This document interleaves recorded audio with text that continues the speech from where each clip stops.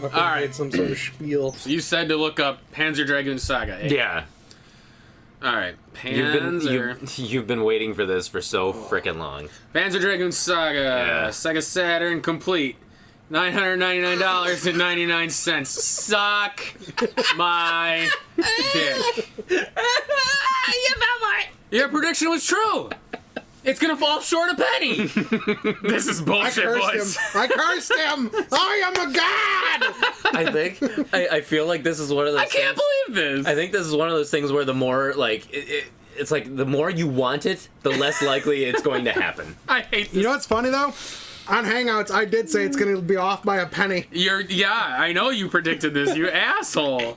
This is So basically, you're the reason it's been I cursed him, and I am awesome for it. I can't believe I can't wait this. until it falls like $20 too. Yeah, right. It's never gonna. Like That's $9.79. That's the peak, and then That's it's just the gonna ceiling. trickle. Oh god, that's funny. God I damn love it! being able to torment you. I know, this is great. You're some sort of sorcerer. I'm just enjoying it while it's happening. Because obviously it's not going to last forever. The worst. Yeah. The only way he's going to make it go over 1,000 is buying another copy now. Jamie, you know that new watch you bought it? Nah, I'm buying another copy of Panzer Dragoon for 1,010 just to get it over. Do it. God. And then he's going to be like, what the fuck do I do? Well, I sell it. Sell the second copy. I'll sell the second copy for when it reaches 1,500. All right. Welcome back, everybody, Welcome back to another PTG Powercast. Powercast. I loved what you did there. You pointed as if we were looking at the camera. It's habit. No camera. No camera. Yes, PTG Powercast. Yeah, as we said in the opening. God damn it, boys. So to put a little bit of history on this, so we have talked about video game prices in the past with video games, and there was a point where we thought that games were going up so fast price-wise. Retro gaming had really hit their stride, and we thought that it was a bubble that was going to burst. And at one point, it actually did feel like the bubble had slightly burst, or it maybe even deflated. Deflated. It yes. deflated, where the price of certain games all started going down, and we thought, oh, okay, finally, things are starting to level out, and that's going to be it for all of these increased prices. Things are now finally going to settle back down. Well, we're finding that there are other systems now that are really starting to hit the renaissance, and the prices of them are going up so astronomically that it's hard to fathom how some of these games have just increased in price so drastically. And one of those games being Panzer Dragoon Saga. Yes. So, at the 2016 or 2017 Midwest Gaming Classic, basically before we started recording for the channel, I had bought Panzer Dragoon Saga for $400. It was the only copy there. Yep. That's what it was. I think it was the only copy I had ever actually seen, because that game was not common. No, it wasn't. Yeah. No, so like you never saw it, even at the Midwest Gaming Classics. I think we had seen one other one, but it was disc only. That could be. It was incomplete. Yeah. Which is a travesty, to be honest. Yeah. Like, how do you own that game without anything? Yeah.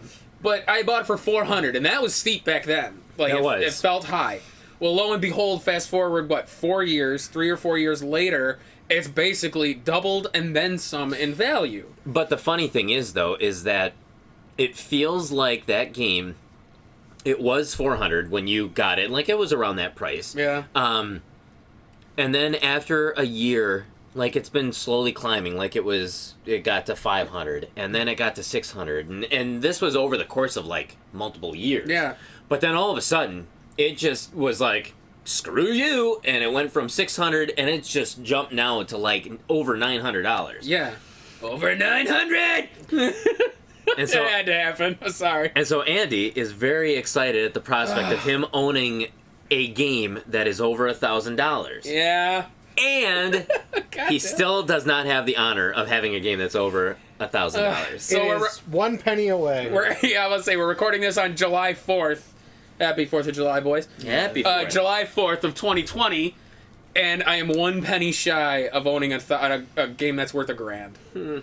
But it's so funny because, and I believe we've mentioned this before, it's like I said, that's the only copy I saw at that convention that year. Well, then the next year I saw 2 copies, and they were for like $5.50, whatever. Then the year after that, there were maybe 4 or 5 copies there. And then at the last one we went to, any table that had rare Saturn games more than likely had Panzer Dragoon Saga. It was kind of like when we were trying to find Little Samson or Bonk's Adventure or Xenosaga or Xenosaga. All of a sudden these games are surfacing out of nowhere when they're at their most expensive. I think there's some level of market manipulation that happens at some of the conventions. Not really that, but Rule of Rose was another one.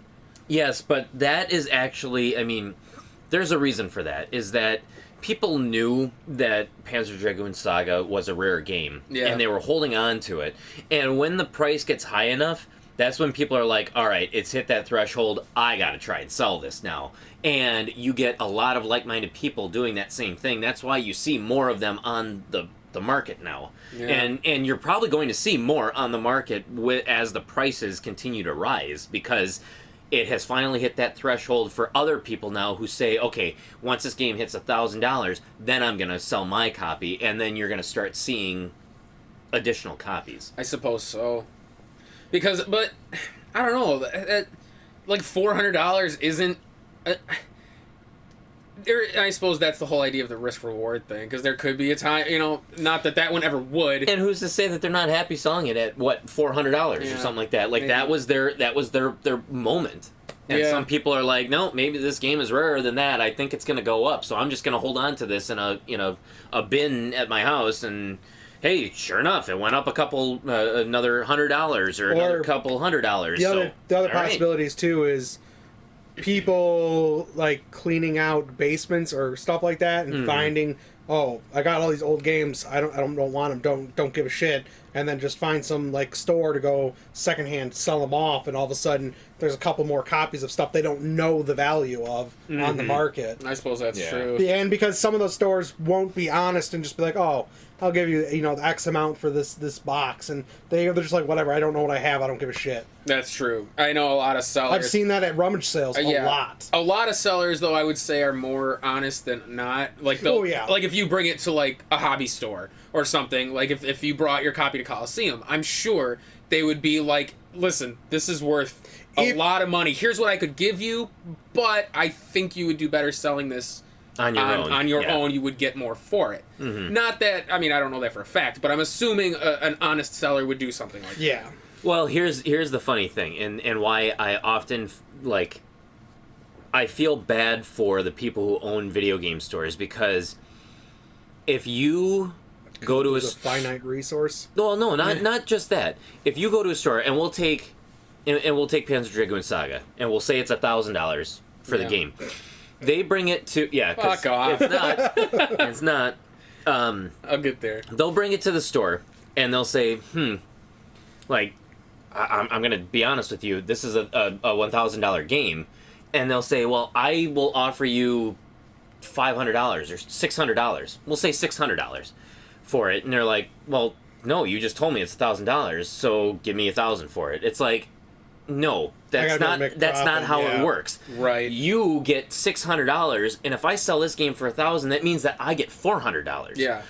It doesn't. Yeah, if I give you $1,000 and I can only sell this game maybe for $1,050 or $1,100, then you're making $1,000. I'm making $100 to $50. Right. So then, if you want to, it's like, I can offer you this, but if you want to get more for it, then you're gonna have to sell it yourself, because I need to make profit too. Yeah. And so instead of okay, you made $600, I made $400, we're both happy because we both made quite a bit of money. It's like the person who's trying to sell it is like, well, no, it's worth $1,000. Why aren't you giving me $1,000?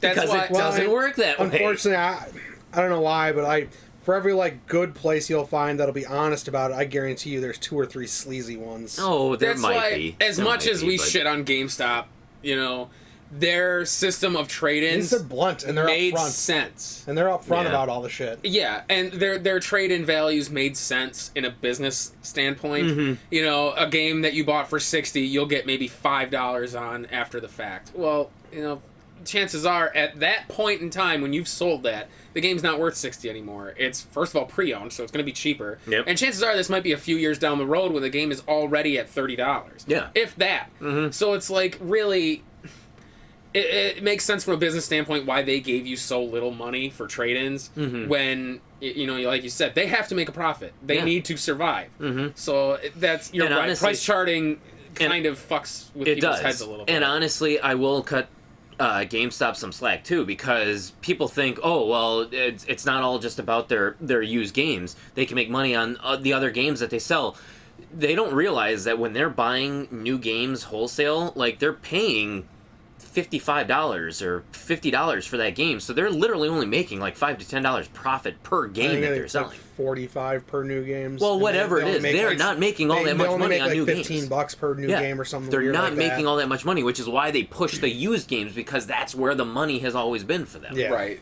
I think we talked about that before in an episode where their new games are not where they make money. It's all of their used stuff and then their Think Geek shit. Yep. But that's a different topic. But before we go on, I found a way we can make his copy worth $1,000. I'm going to tape a penny to the case. Fuck off. Put a penny in the case. Yeah, there you go. And technically, I say it's $1,000. I'm never going to sell it. No, so obviously. really, the game's not worth anything. To fuck with you. I know, you're a dickhead. Game's not worth anything to you, yeah. Yeah, I mean, but that's still, it's one of those pride things where it's like, I bought it for this, but now it's worth this. That's amazing. I also think that's where stuff like the price charting actually, like Paul was saying, kind of fucks with people, because assessed and perceived value are different from actual tangible value. Mm-hmm. Right. So, and that's going to vary from not only from individual, but from place you're trying to sell it to place. So well, and also too, you start getting those people who then think that they're experts in the system and stuff, because let's say a copy of Little Samson sells for $1,200, and then somebody just finds like a stack of Nintendo games and they're like, well, these are worth a lot because one just sold last week for $1,200, so these have to be valuable. It's like, it doesn't work that way. You got Super Mario Brothers and Mario Brothers Duck Hunt. Mm-hmm. Yeah, you're not gonna get $1,200 for that, buddy. Nope. Sorry. Yeah, at that point, supply matters. And right. But a lot of this another one that was extremely surprising, and I cannot fucking believe this is happening to me. So at our very first Classic, I had passed on buying a couple games because I had already spent over $1,000 that weekend on video games. I had just bought my Vita. I had bought Shining Force 3 at the convention. I had bought Suikoden 2 at the convention. I had bought a few others here and there. So basically, I spent a lot of money. I had to borrow money from Paul, actually. Yes, you did. Several $100s. So I passed on 2 particular games, and I remember them very distinctly because I kicked myself both times. Magic Knight. Dragon Force was one of them. And, of course, Magic Knight Ray Earth. Has any game that I've seen taken such a meteoric rise in price than Magic Knight fucking Ray Earth? No. What was the first time we went to a convention? 2013? Yes. Or 2012? I think it was either 13 or 14. I want to say it was 13. Well, 14 was when I put 14 is when I put the collection together. Yeah, like when I finished He went the first year without us, didn't he? No, I didn't. No, he didn't. No, I never went to a Midwest Gaming Classic without you guys. We might have gone even earlier than that then. Then 2012? I feel like, because we didn't finish the collection the first year we went. Well, the first year we went, it was still inside the vendor hall. The first year you guys went, I didn't go with. I know that much. I went the second year, and that's when that's Hood. And the second... No. Yeah. I don't think you were there with us for that second year. Because it was in that stack of the pile this way, and you immediately saw the cover art and knew what it was. I didn't think you were there for that. That's the first year I went. Mm. Was it out in the tent the first year you went out with us? No, because then we went down and they had like the pinball and stuff still in the basement. Yeah, you might be right.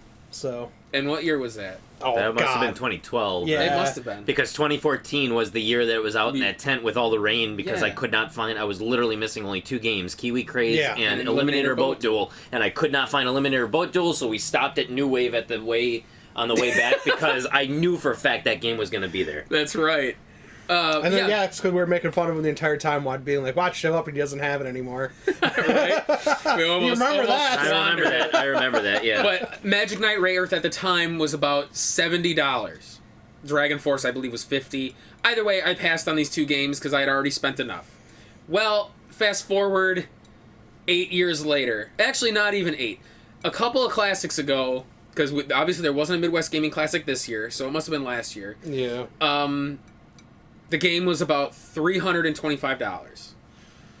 Our friend Vanderhoff had a buddy who was selling his copy for $350. I passed on it again because right after a classic, I had already spent $500. I was gonna say, and even then, like at that point, $350. That's a lot of money. Mm-hmm. It's a lot of money to just up and say like, oh yeah, I'll buy that. Especially after I just tapped myself out on the classic. Mm-hmm. So I passed on it again, and that was only a couple of years ago. Well, here we are, boys. 2020. Guess where that game's at now? It's like $887. Oh, that's what it is. $887. Last week it was $937, and you were joking, saying Magic Knight Rayearth may surpass Panzer Dragoon Saga and hit 1,000 before. Yep, I said jokingly, I'm like, wouldn't it be the shit if Magic Knight Rayearth hit $1,000 before Panzer Dragoon Saga, and it was actually scarily looking like it was going to get there. I couldn't believe it. The game took such a fucking turn. Like, it came out of nowhere. Yeah. Because that game has been $300 for the longest time, and now, all of a sudden, like... So, here we go. Price charting, it lists, like, the history of it. Yeah. Where are we here? We are at...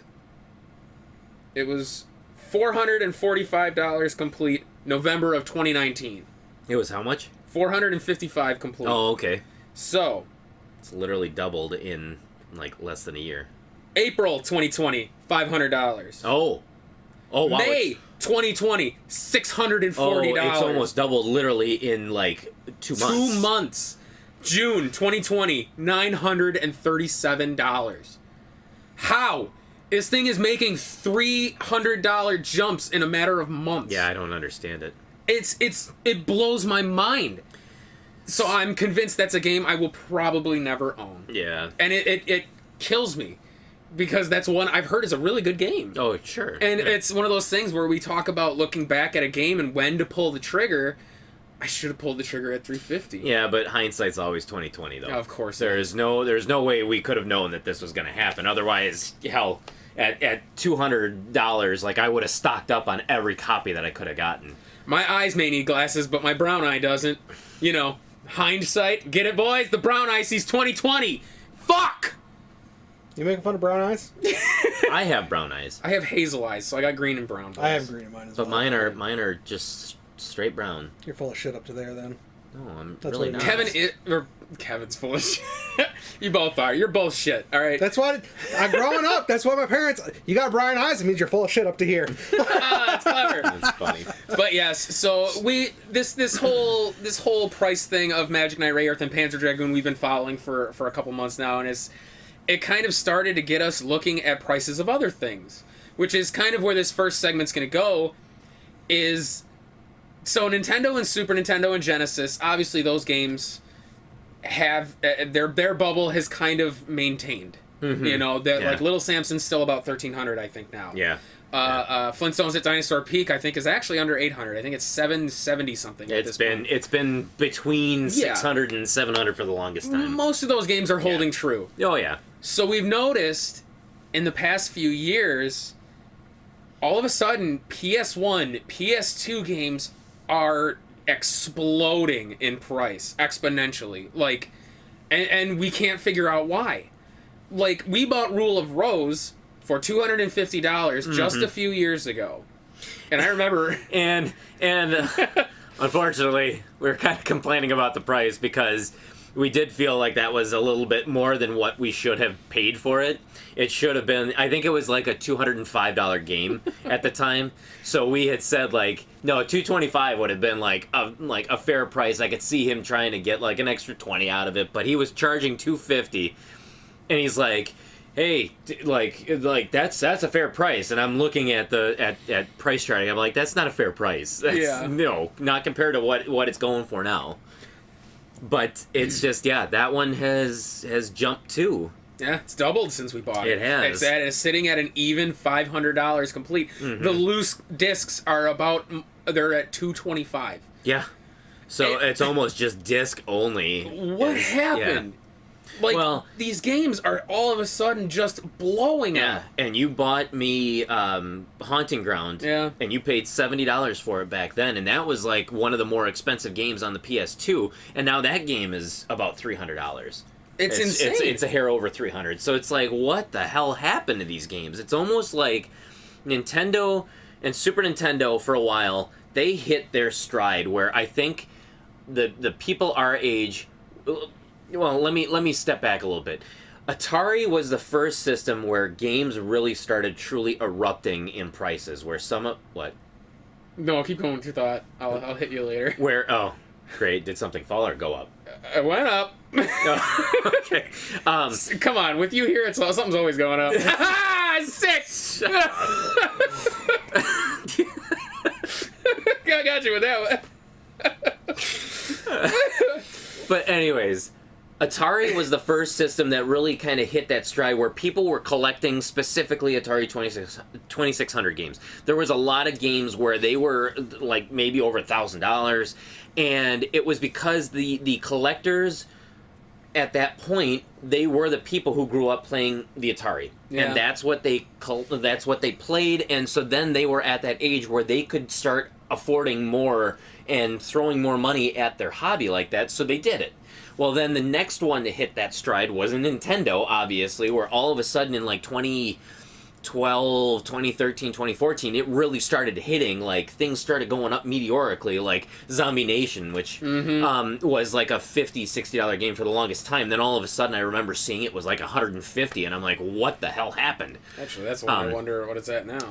But so Nintendo had hit that stride where then the people who were now of that age where they could throw away a lot more of their disposable income on the hobby, they were the people who grew up playing Nintendo. So now I'm starting to wonder, now that things have kind of have kind of stayed level or have kind of maintained in Nintendo, if PlayStation or PlayStation 2 is now that next level where it's like the people who grew up in that era are now the ones who are finding that they have disposable income to then spend on these systems or on the games. Like PS2, Sega Saturn has been one that has just been on fire. Yeah, which is funny because Sega Saturn and Sega CD games have always been expensive. Like, I feel like at least a lot, depending on the company, because I know a lot of working designs games are... Those have always been expensive, I think with like Sega Saturn and Sega CD, I think those have always been more expensive because they were, even when they were on the market, a smaller share of the market. They did not have the popularity of the other systems, so their numbers have always been smaller. That is true. They were niche systems. They were, and they did not sell a lot of copies. That'd be like trying to get the stuff for like Jaguar or PC Engine. Yeah, those are expensive because they were such tiny systems in comparison to everything else. Well, even back then, I wanted an Atari Jaguar. Because I remember we went expensive. Yeah, and I went. We went to that store in Green Bay once, and they had one, but it was like $250. So even back then, the system was super expensive. Yeah. Let alone the games that you could find for it, because there's just not that many games for the Atari Jaguar out there. TurboGrafx was expensive too. Yes, it was. I mean, that was an insanely expensive system even back then. Mm-hmm. And it's still, the games and it are still expensive now. Still expensive. So the one thing I had seen, so we were talking about NES, SNES, and Genesis. The first year we recorded the Midwest Gaming Classic for the channel, you and I's big ticket games were Crusader of Senti, Castlevania Dracula X. Do you remember what we paid for them? I paid $160 for Castlevania Dracula X, and they had $200 on it, and because I bought Castlevania Dracula X, they gave you $20 off your game. $180 is what you paid for Crusader of Senti. I thought I paid less than that. No, you paid $180. I thought I paid like $170. I thought I paid less than that. No, you paid $180 for it. So, Crusader of Senti, $340 loose. Holy moly! Dracula X, $200. It hit 200? Hit 200. Oh my gosh. $199. Oh, okay. But still, that's insane. But wow, so that it's game's, like that game's been 150 for the longest time. Yeah, so even I suppose there are some exceptions to it, but because I mean Crusader of Senti, I remember was about 200 for the longest time. Same with like Earthbound. Oh yeah, and those. And I remember being shocked seeing like Earthbound or Chrono Trigger being over $100 because I always remember that not being that expensive, but I guess it is. No, it always has been. Yeah. So yeah, I think PS1 and 2 are starting to get their bubble. And I think part of it too is, I know you and I had talked about it. So everyone it's not just the people that those were their systems growing up that are now having disposable income to collect and stuff. I also think that other like video game collectors in general, it's one of those things where the ones that are collecting like you guys are have hit the point where all you have left is the super rare big ticket items. Big ticket like multi-$100 games, and that's all you have left to get. Well, it's one of those things where it's like, okay, well, do I want to spend, say, $600 to get one game, or I could turn and take that $600 and go to PS1, PS2, like Saturn and stuff like that, and now I can get 4 or 5 games. So people were shifting, going, okay, I've only got these big ones, and they're harder to get, but I can start collecting over here on this other system, sort of like you did with the Game Boy, where you just kind of shifted your attention over. So they shifted to a different system, saying, well, I remember kind of playing these kind of as well, so I'll start collecting towards these, and all of a sudden people saw that those were starting to be taken up in the market, and all of a sudden, then they realize, and then, because of like streaming and stuff, you'll see like games that weren't really well known. Like Extermination's a great example. Yeah, not really well known when it released, but like as stuff gets known, like the smaller gems like that are starting to be found. Well, yeah, and that's like Quan is a perfect example. Yeah. The PlayStation 2 it was a survival horror game. A lot of people didn't even realize it had come out when it did, and now all of a sudden word is spreading, and you see more people making YouTube videos about these obscure gems that you'd never heard of before, and then that's making people go out and find them, and now you've got a game that is $525 complete. Yeah, and it's like, well, where the hell did it come from?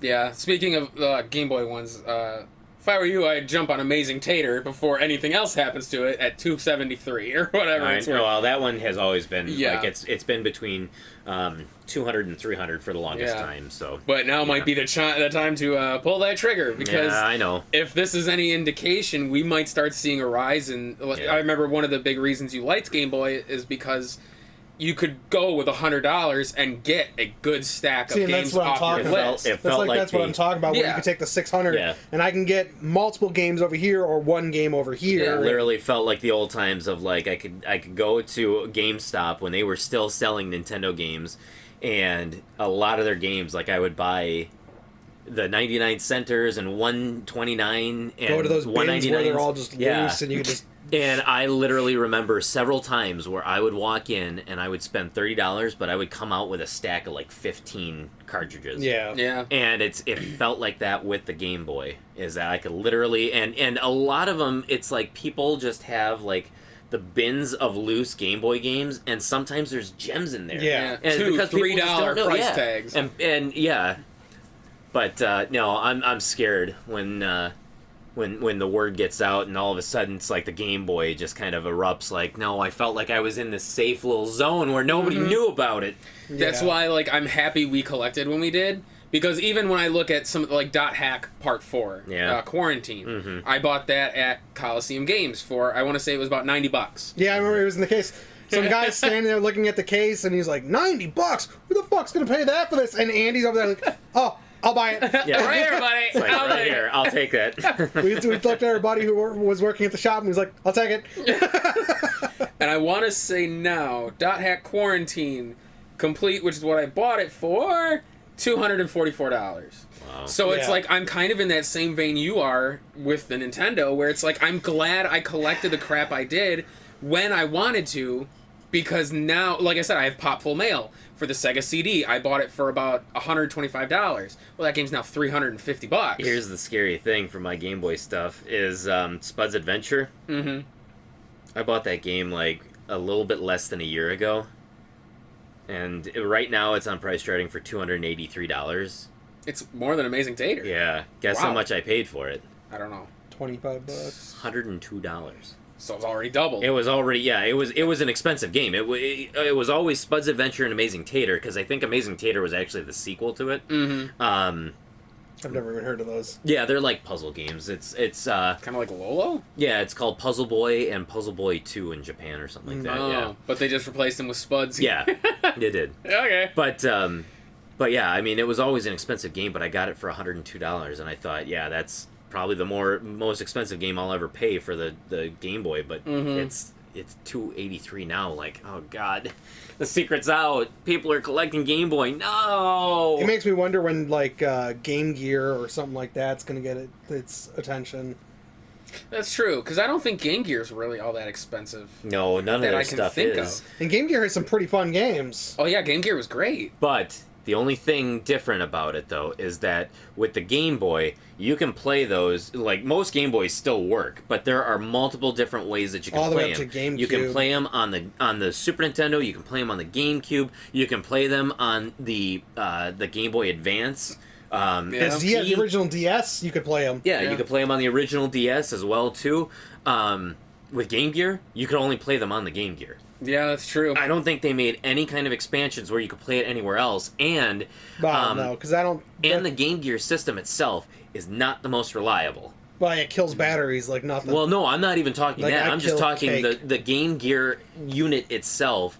They're basically almost like the Atari Jaguar, where it's like you have a 50-50 chance that if you buy one, whether it's going to work or not. Oh, I didn't realize that. See, I know my system still works, my Game Gear, but I didn't realize it. Yeah, there's a lot of issues with them. Oh, oh, I didn't know that. Yeah, I didn't know that either. Yeah, I say I've played on one, and I know at one point when I was younger, me and my brother borrowed one from his friend when we were going on a trip to Florida. So he and I took turns playing it on the plane. Oh, gotcha. And, yeah. The Game Gear did have some really good games. I mean, Shining Force, Color, Shining Force, Sword of Asia, which was book 2 of Shining Force CD, was phenomenal. Axe Battler, which was a Golden Axe game, but it was like side-scrolling, almost like Adventures of Link. I think there was a X-Men game or something. There is too. an X-Men game. I can't remember what the name of it is. There's a Sonic game, obviously. Yep, there was Sonic Triple Trouble. You had a Mega Man game. Yeah, there was Mega Man on it. The Wily Wars, right? I think that was the Genesis one. Or it was just Mega Man. I think it was just called Mega Man. It was just Mega Man, yeah. But I mean, you had Dynamite Heady. I mean, you had a lot of good Game Gear games. But like you said, there was no other way to play these other than, I know the 3DS at one point in the shop you could buy certain Game Gear games. I actually have Sword of Asia on my 3DS. I have Defenders of Oasis. I have Defenders of something. There was actually quite a few like RPGs on it that I had never heard of before. But they released a few Game Gear games on the 3DS, which I thought was very bizarre. Well, it's because the Nintendo Sega kind of killed their rivalry after Sega became games only. Oh yeah, of course. So I mean, look at all the Mario Sonic crossover games. Yeah, actually, Mario Sonic at the Olympics. Actually, it's funny. The Mega Man for the Game Gear is like one of the more like it's pretty much the most expensive. What's it at? $148 for just the cart. Wow. If you're talking the complete game, $675. Oh, that I okay. believe. But then you get something Pete Sampras tennis. $164. What? Cartridge only. Sports game? I know. I don't get it. Maybe we're full of shit right now. Sports games other than Tony Hawk should have no value. And even that doesn't have value because they're remaking it. Well, I wonder what... See, that's weird. Yeah, Shining Force Sword of Asia is $31. Yeah. That's so weird. Complete $89. Like... I don't know why games do that. Like, I don't know either. Certain games, like sports games, why would a sports game be... Especially Pete Sampras tennis, like it was... Who's vying for that? Yeah, it was like Pete Sampras tennis. I think they made it like they released it on multiple systems, like Well, that's one of those games where it got released and then pulled from the market. No, there is no reason why it would have. Well, you never know. I mean, there have been other games that have weird stories about. Was there a Pete Sampras on the Genesis? Yes. Is that the one that? Oh, there it is. Yeah, Pete Sampras tennis. Is it the one that had other controller ports on the cartridge? Wait a minute. There was a Genesis cartridge that actually had more ports for like directly on the cartridge. That's weird. So you didn't need like a because I don't think the Genesis had a multi-tap per se. Because I can't really recall many games that did. I don't think Sega themselves made one. Unless Paul actually has it, does he? I do. And it is a J cart where there's it's got ports on it for controller 3 and controller 4, so you can play 4 player. Ain't that a beat? That's genius too, by the way. Yeah, because you don't need an expansion set for your Sega Genesis. Yeah, you just need the cart, and then you can put on the extra players. Oh yep, they did. That's crazy. The team player. Oh yeah, I can't imagine many games that utilize. So then I can't think of like anything. Games. Yeah. So then, what blows my mind is why. If this game was genius like this, why is this not $164? Why is the Game Gear Especially for being an oddball type cart like that. Yeah, so, yeah. For God's sakes, yeah, it's the rare J cart version. The J cart. No, it literally says J cart. I know it does, but it's bizarre. What does that even mean? Why is it's not like in the shape of a J? No, it's a very weird unless it's like join cart? Rhombus. I don't know, man. Like these game values these days. So I can't explain. There's certain things that I like. The more my brain tries to make sense of it, the more oddities I end up finding that are just unexplainable to me. Like I can't understand it. That's. And I know, like, it sounds terrible that we like almost sound like we're discouraging people from collecting. No, because by all means, like, if you love doing it, by all means do it. You know, we're not trying to discourage people from collecting. Not a single. We don't want to discourage anybody. I just want to say prepare. Even if we dislike a game, a good game is one that you enjoy playing. Exactly. Period. It doesn't matter if everyone else shits on it. Mm-hmm. If it's something. Jaws. It's my guilty pleasure. I love that game. If you enjoy it, that means it's good to you. Who gives a fuck what everyone else thinks? Mm-hmm. Right. But it's when we talk about like prices and the fact that back in the day it was better. Some people might get the thought that we're trying to stop people from collecting. No, it just by all means don't do that. It was just. Mm-hmm. I think it was different because you were able to go out to just basically any place that sells stuff and find it. Yeah. Versus now, where a lot of it has shifted to, you're having to get them online for vastly more than what you used to be able to just go to a store and find them for. Yeah. So it's we've talked about it before, where there's a difference in feel between finding the games out in the wild versus buying them online. And, oh yeah. Yeah. Part of me almost feels like it's at conventions now. It's easier to find rarer games than it was when we first went to a classic. Because I think that makes sense. It does. I think as buying like the collections and stuff people have gotten bigger. I think it's one of those things where the people that are setting up booths to sell realize that those are their hot ticket items that they're going to make the most profit on. Maybe. So it's one of those things where you want those front and center, and then having all your cheaper stuff on the sides kind of like flanking it, so it draws you in here, and then you go, well, if he's got this here, maybe what's he got over here? Kind of like how we've always... It's a marketing tactic to sucker you in to make you look and see other stuff. Like we've always said, we always look for a case. As soon as we get to a booth or a table, we look for that case because we know that's what's going to have what we want. But also, too, you look at that case because you get a good idea of what they're charging. If they're a good person, what they're charging for the games in that case. Then is that something where it's like, okay, if it's so unrealistic, I'm not even going to take my time looking through your other stuff because you're probably going to be charging way more than you should be for that stuff. $50 for a Legend of Zelda. Or what was that? The one. You have the video of where you would go to the one case and it's some game, but it was ridiculously expensive. Bonk's Adventure. Is that the one it was? Oh yeah, they won the year before. They asked for $3,500 for it complete. There you go. When it was only worth 20. Yeah, they asked $2,800 for it. I thought it was 35, and then it jumped. No. It's funny because the first it was like 2 years ago or 3 years ago, whenever we went, that we saw it, and it was $2,800, and I thought, and I remember like I was like, okay, I got to take a break here because like why is like, fuck, I'm like, did this game go up in price, like, because I've never seen this game like complete for that much. And I looked it up and I'm like, wait a minute, the game is like $1,600 complete, new at the time, like new in the shrink wrap. $2,400, and this guy wanted $2,800 for it, just box only. What? He didn't sell it. What's that? It's, oh my god, it's even less complete now.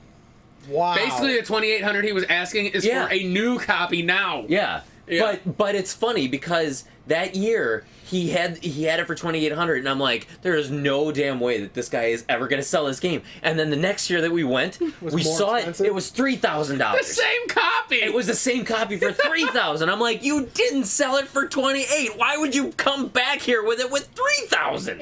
That makes no sense. See, and that's a perfect example of one of those tables where you look at the price and go, this person doesn't want to sell these. They want to show it off. He also had a Snow Bros complete copy, and I think it was ridiculous. It was probably like, it was probably something that was like unrealistic. Yeah.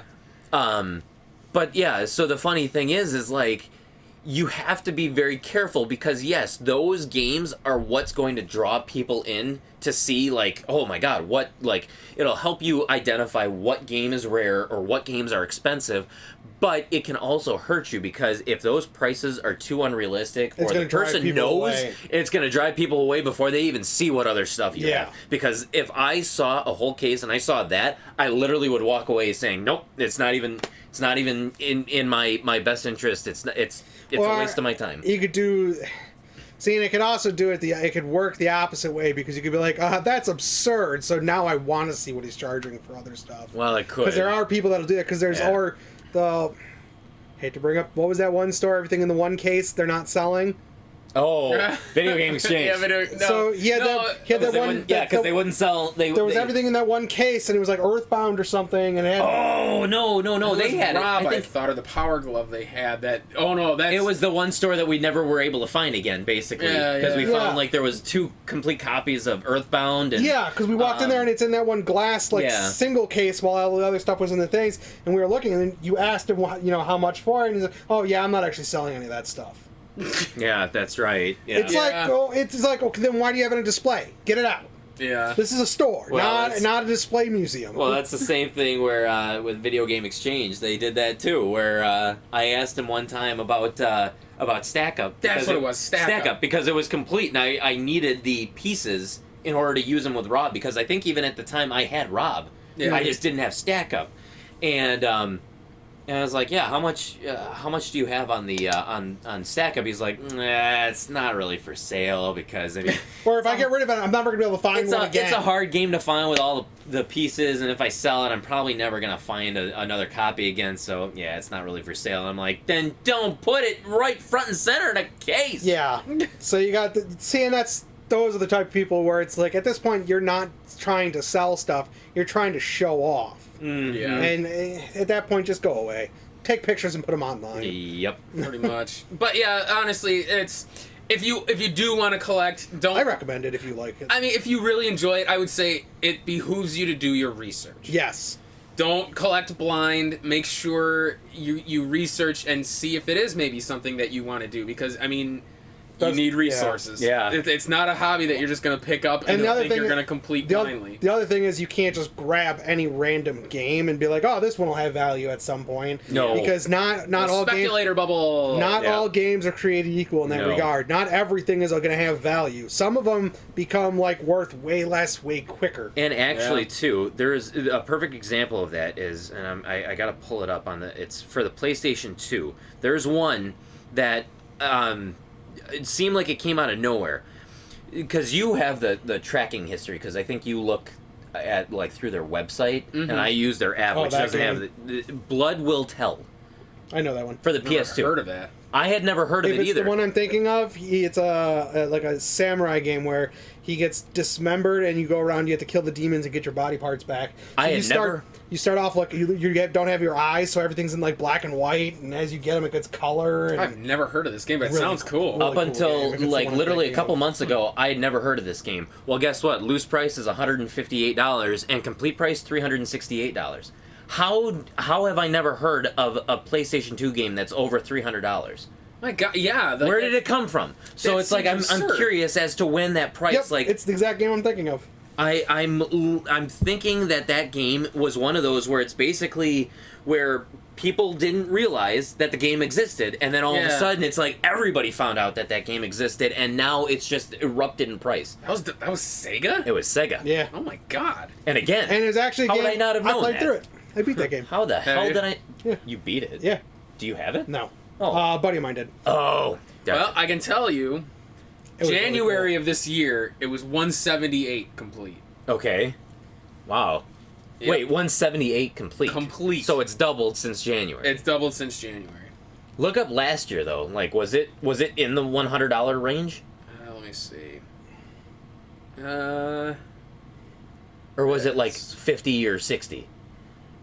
I can't. Hold on. Keep talking. Keep talking. It's hard to. This thing's hard to use sometimes. Yeah, I think it was based on. I want to say it was based on something, but I can't remember.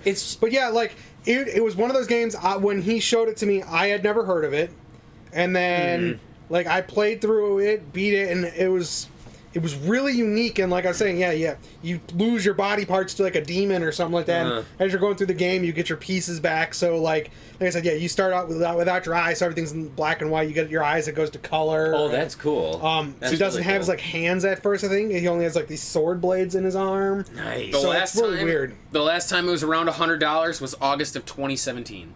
Oh, it was worth 101.62 or 26 in 2017.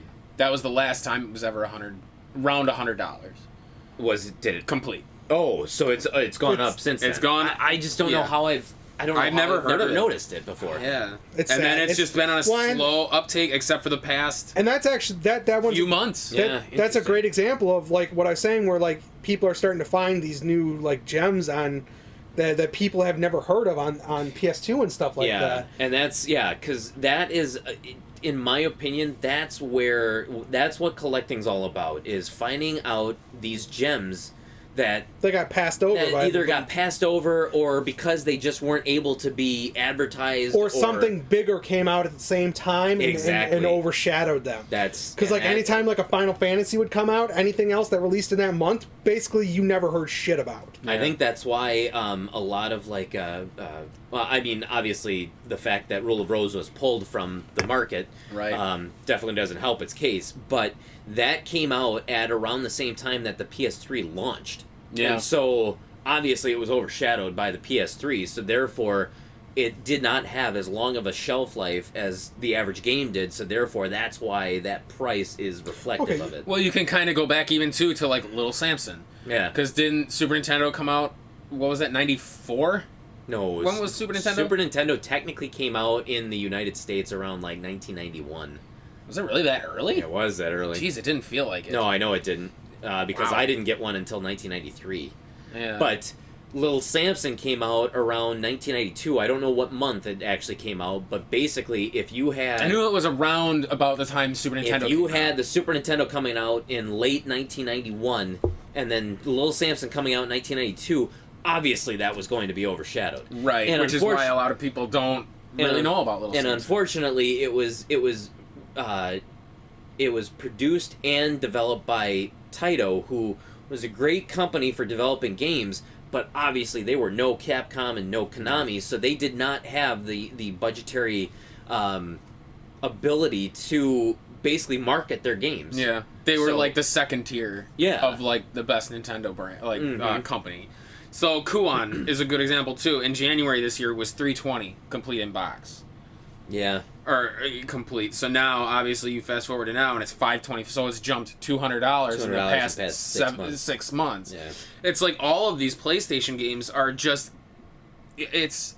It's hard to fathom. Yep. And you're right. Like it's.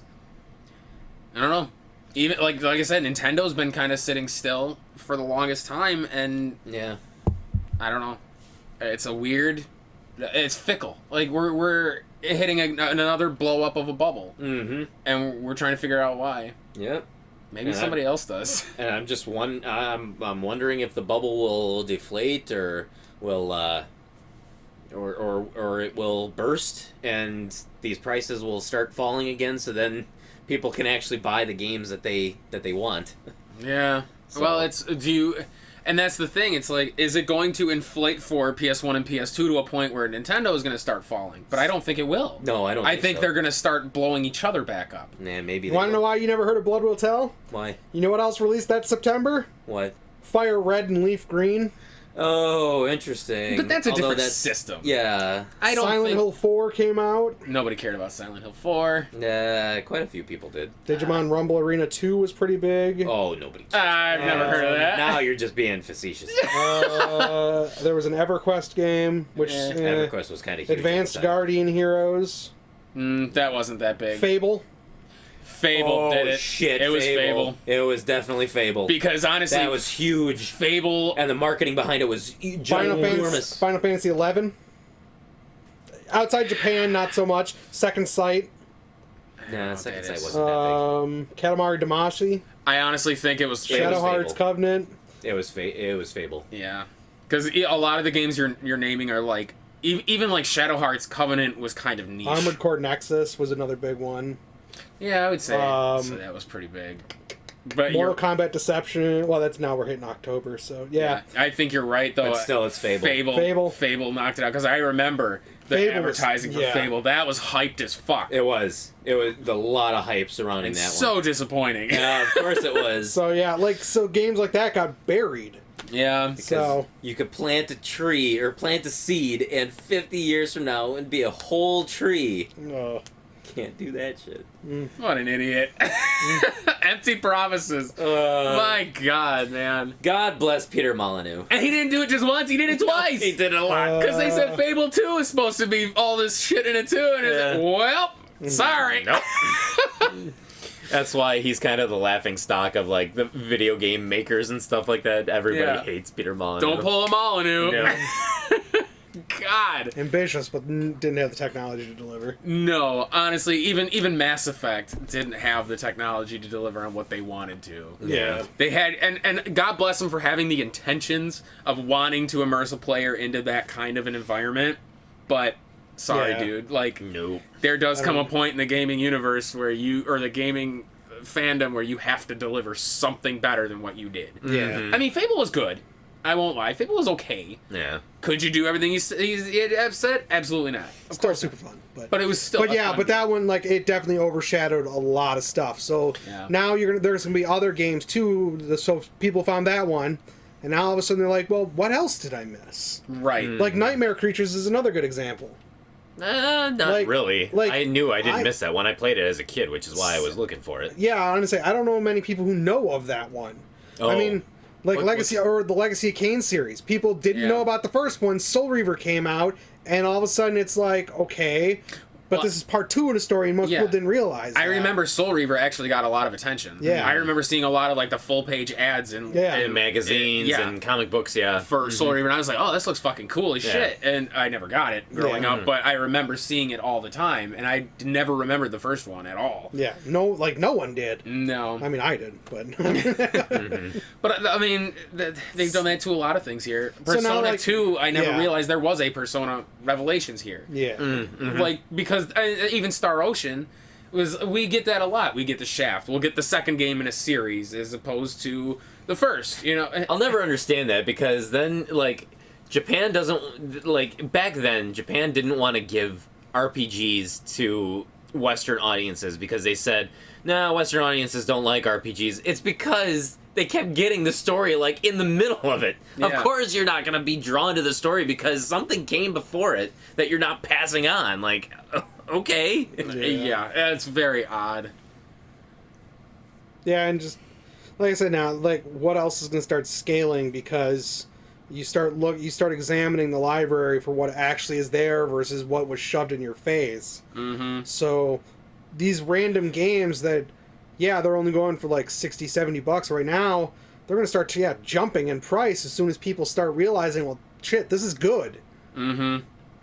Do you think PS3 will eventually have this surgence? Yeah, eventually. Do you think so? Yeah.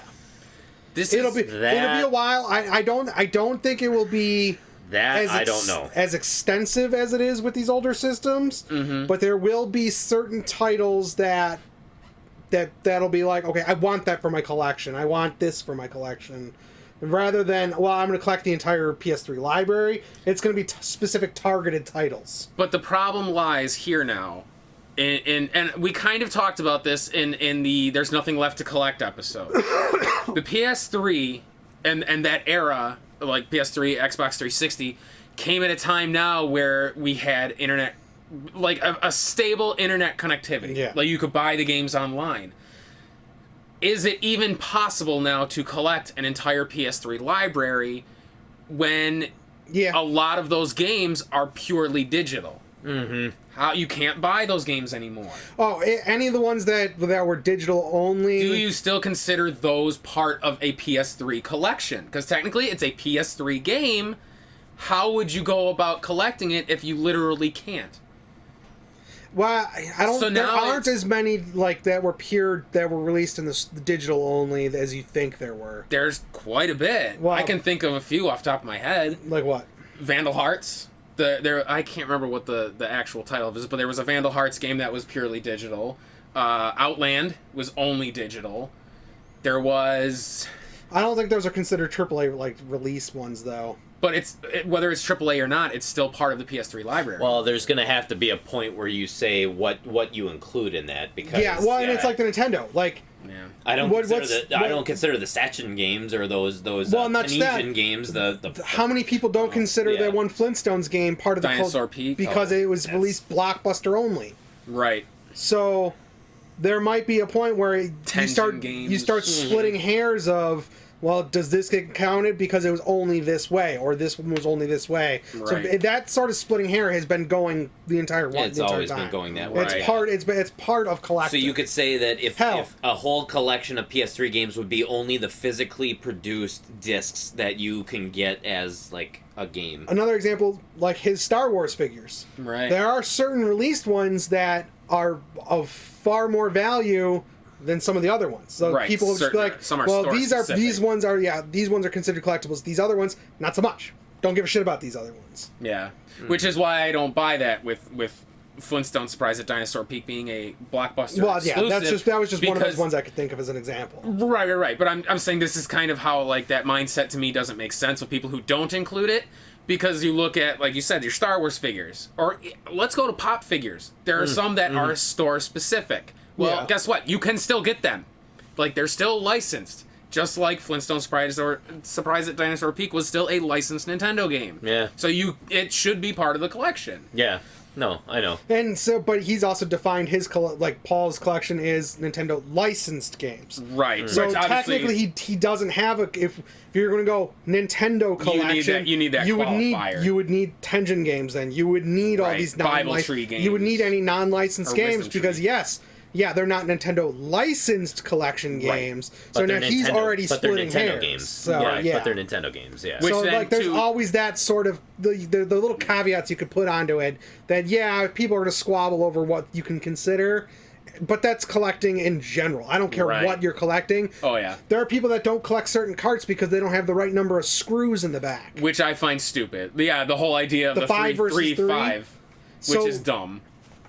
So it's like, okay, so it doesn't matter. I mean, go figures again. There are certain figures that were released with like misprints in their painting and stuff. Oh yeah, they're considered collectible. Yeah, variants. The normal one not considered collectible. Right.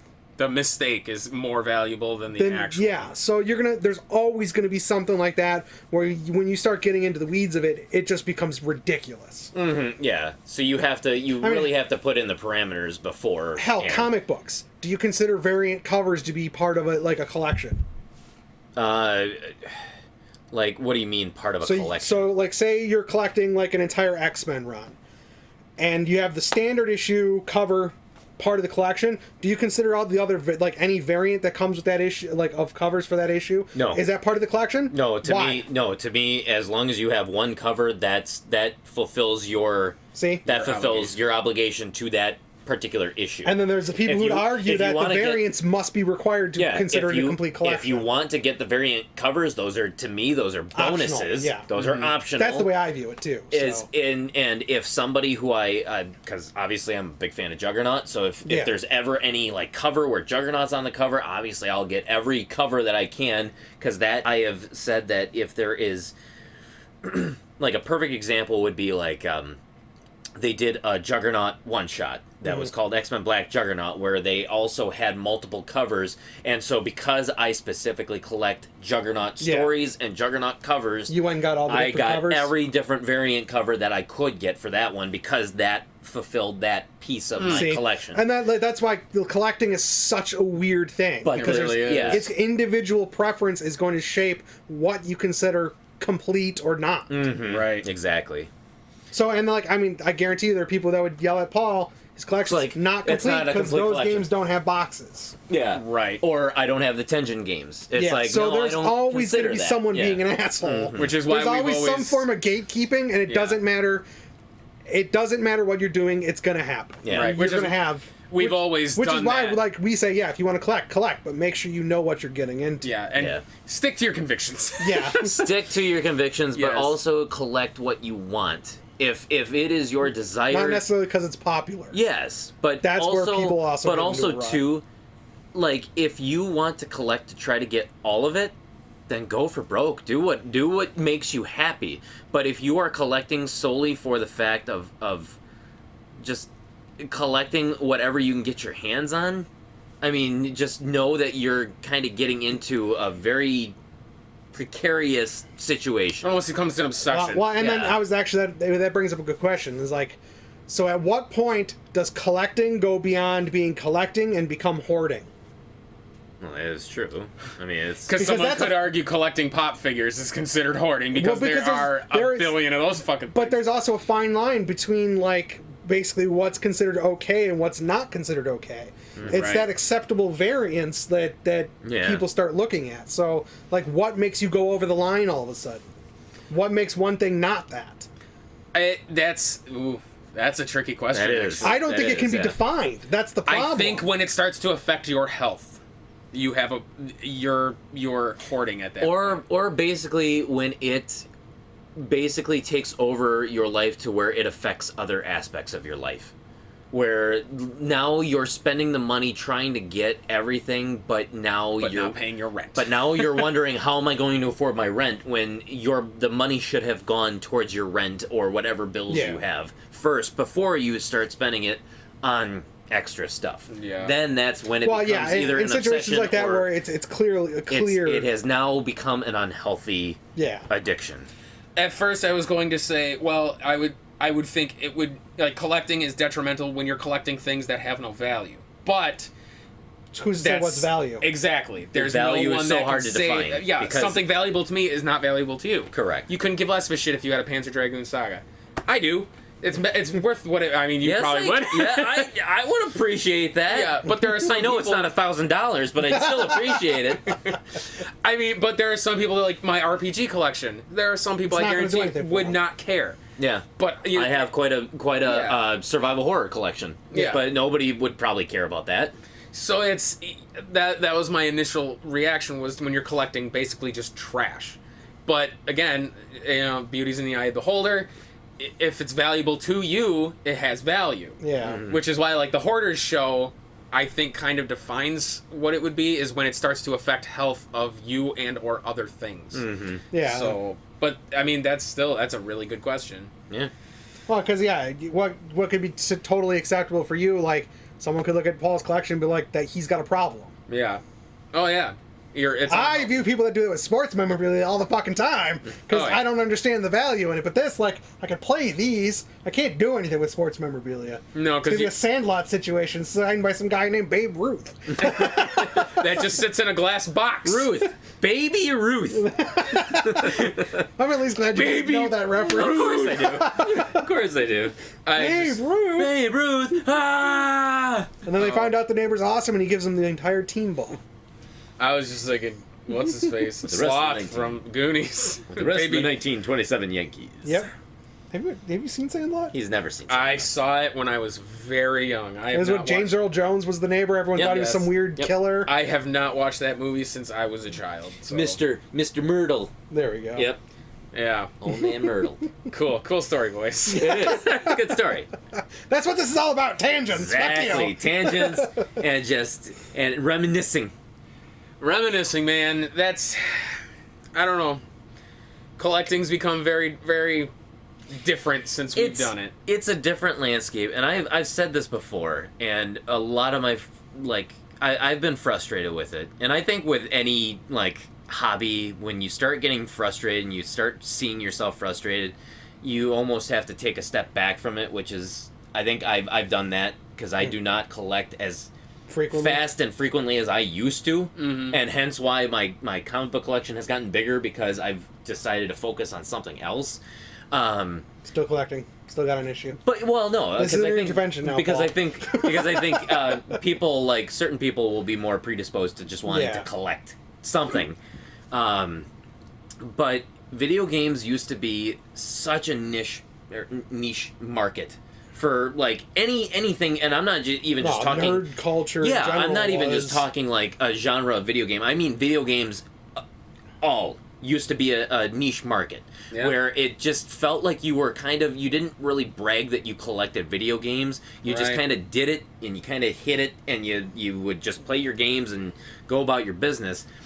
And so I would go to these video game stores where it felt like you were in just this beautiful, I don't know, you were in this beautiful nature preserve that just everything was there for you, and everything was beautiful. There was such a variety there, and now it's so different because there are the variety is gone. A lot of people sell the same stuff because they all have the same things. You also now have the for-profit people. You have a lot more people trying to get into it for the profit versus just because of collectors, the love of it. Collectors being there to help other collectors with whatever it is that they're looking for. Which is why that store we went to in De Pere, Greg. Yeah. He was a collector himself. Yeah, game trade. And, and that was beautiful because he knows.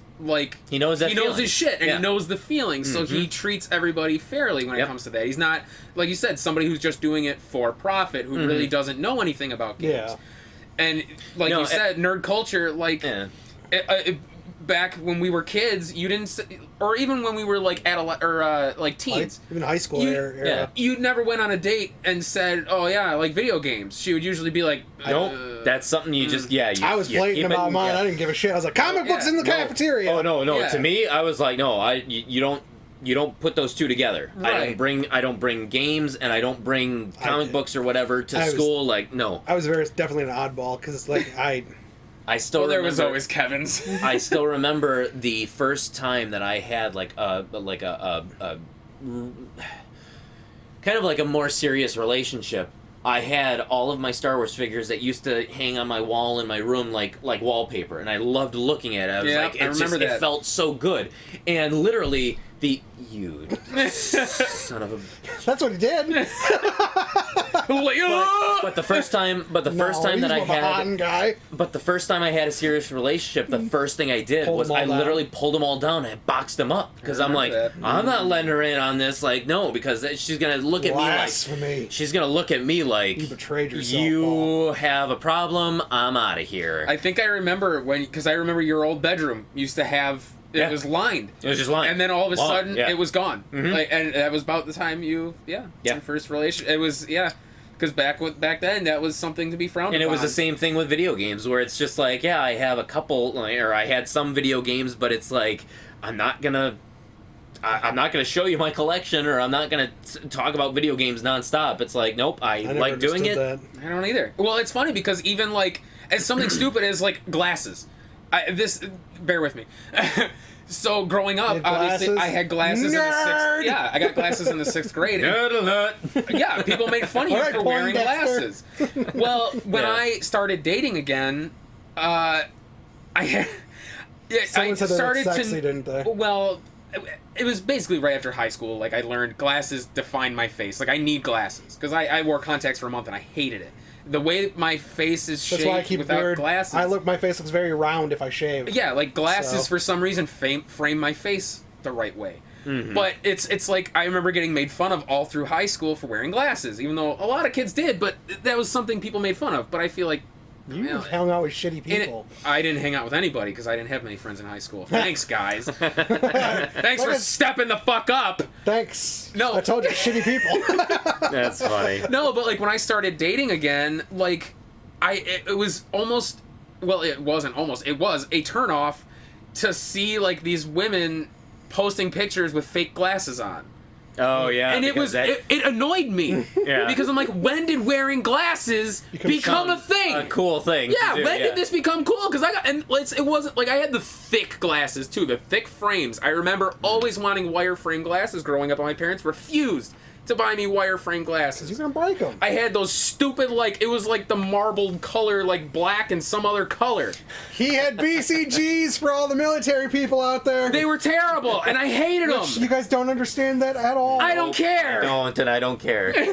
But it's like, and all of a sudden, those are coming back into trend. And I'm like, what the fuck? And it annoyed me seeing a woman on, like, her profile having fake glasses on, and then, what? Bitch, there's no lenses in those. You're wearing frames.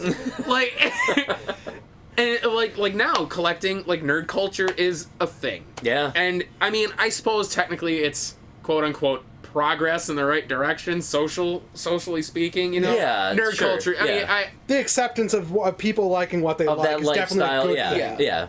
Yeah. But I suppose at the same time, like, it miffs me that it took that long to become acceptable. But but who knows? But literally, that's like one of the things that I've had the biggest trouble adapting to is just I feel like I was in this beautiful, non-disturbed environment, and now all of a sudden it's just like someone muddied the water by basically stomping through it. Well, no, it's just now it's like people have all found that little secret. They found that area, and now they're all just kind of like... Now it's a tourist attraction. Yes, that's a perfect analogy. Now it's a tourist attraction. It's no longer just a nice little, like, a reserve that had been, like, people didn't know about. Yeah. And it's like, I was there first, and now I feel like I've been kicked out, because now it's like the people who are willing to pay all this money for this tourist attraction are paying it hand over fist, and it's like... But I used to get in there for free. They just asked for donations. Yeah. Which, God damn it. Yeah. People are the worst. No, but at the same time, especially video games are a great example of it. I like that it definitely became more mainstream because it meant developers got more money and recognition, which allowed for better stuff to be made. Like David Wise and them who made who's the guy that we just did? Tim Follin. Follin, like, they're finally, like, they're starting to become recognized. Yeah. Their soundtracks were fucking incredible back then. Like, they had real artistic talent, and they never got the recognition, but now as things get bigger, they get the recognition that they deserve. Even look at Iwata. I mean, he did so many fabulous games that I don't think really rose to prominence until... A great example? Like, not that long ago. Great example? Suda51. Yeah. Like, all his games were relatively unknown until, like, No More Heroes. Yeah. And then all of a sudden, No More Heroes came out, and people are like, this dude is insane. Go to Killer 7. What else has he done? 13. These games are awesome. Was 13 Suda? No, I think Killer 7 was. Killer 7 was. I know. What was Killer's Dead? Killer's Dead. Is that Suda? I believe so. Yeah, but yeah, you're right. Like, he looks like a crazy person, for those games at the time, and now you look back and now he's a genius. So it's but also too, I guess one of the good things that has kind of come of this is that there are more people in the hobby now, and so it's given people a chance to meet new people and kind of form friendships with people that you never would have probably have met in the first place. So this is true. So there is good things where it's like it's not just a hidden thing where you may potentially find a friend because you guys accidentally told each other or went into a store at the same time, where it's like, oh hey, you collect games too. It's like now it's more accepted, so you can meet people easier that way. Yeah. It's not like you can only be yourself at a convention. Yeah, exactly. You can be yourself wherever you want. You can wear a shirt, a nice shirt, and somebody at a grocery store will say like, "Oh, dude, that's an awesome shirt." Yeah, Mario Brothers. Yeah, awesome. Yeah, yeah. So I honestly, it has done more good than not. It has. But as far as the hobby goes, he did Cinemora. Yeah. Really. I didn't know that. Yeah, I was looking at this list, and I'm like, I did not realize he has handed. That's a really good games. Shooter, actually. Like Blood Plus. Oh, wow. But yeah, honestly, collecting has definitely shifted over the years, and whether it's for the good or the bad, I suppose that's up to the person. Yeah, but you know what though? You got to take the bad with the good, because without it, you can't appreciate the good for what it is until you have the bad. The industry wouldn't be what it is without it becoming accepted like it did. Yeah. Yep. So I mean, and I'm glad that companies are deciding to take chances again. Mm-hmm. You know, and like we had kind of talked about with like PS5 and Series X's, we hope that they're going to start taking chances again and making new IPs and continuing IPs that maybe there fell seemed off. like if launch is anything to indicate, it seems like companies are willing to take more chances again. I think so too. I Because just looking at like launch lineups right now, it looks like there's some that are, you're like, okay, I can kind of see the influence of these other things, but it's definitely something different. It's new. It's a brand new name, so we'll see. Yeah. Yeah. Well, I guess one more thing to kind of throw in before we may Wrap up here is how I had brought up the fact that it's like a lot of like it's cyclical the way that things sell, where you have like the Atari 2600 started first, where where people were old enough to be able to spend it. Then it moved to the Nintendo, and now it seems like PlayStation 2, but Nintendo 64 doesn't seem like it has really hit that same point yet. No, which is weird, because why would it jump from like the Super Nintendo, Sega Genesis, and maybe even hit like PlayStation 1 and then jump to PlayStation 2? Well, actually PlayStation 1, Sega Saturn, those came out at the same time too. Yeah. But N64 hasn't seemed to hit that stride. So Shows it's like you Nintendo's true value.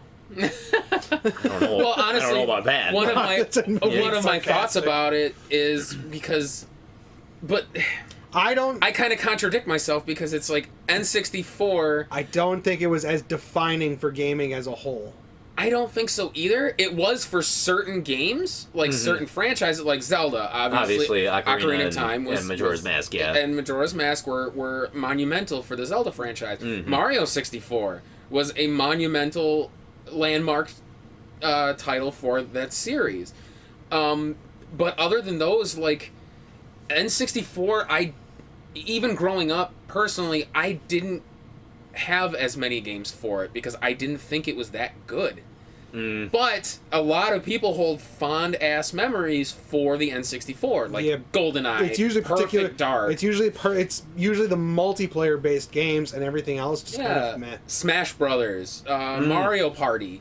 Like a lot of those, like I feel like the N64, Mario Kart 64, Pokemon Stadium, Donkey Kong was on. Oh, 64. Donkey Kong 64, yeah. So it's like I almost feel like Nintendo 64 was kind of overlooked, because I don't feel like it was as popular. I think part of it. But I feel like that's also not true. To be honest, I think part of it was outside of Nintendo's first-party games.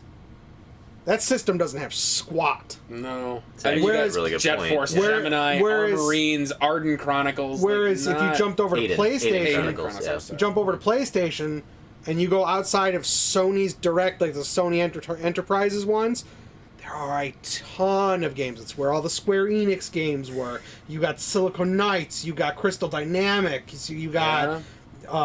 But you know what's different, though, about all of them is plus, at that point, RPGs were starting to take off huge. Atlas hit their stride on NES. From Atari 2600, Nintendo, Super Nintendo, Sega Genesis, all cartridge-based. Then the next generation, PlayStation 1, Sega Saturn, Sega CD, all disc-based. It was a brand new, it was an evolution in gaming.